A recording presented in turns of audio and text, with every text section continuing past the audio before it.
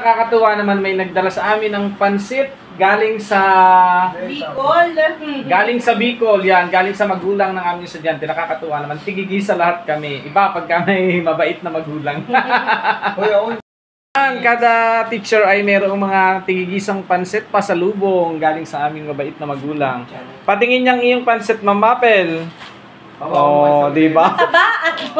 Mataba daw at payat. Oh, di ba? Tuwan-tuwa.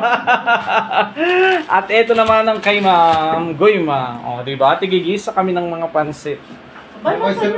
Thank you so much po sa kay tita na nagbigay sa amin ng pansit. Yan, ang mga pansit nagdala sa amin. Oh, di ba? Masarap kaya ito kapag niluto. Mamaya wala ka namang numeras eh. Wala nga numeras. Diba? Tunay na Happy Friday. Uuwi ng masaya at may baon. Happy Happy Friday!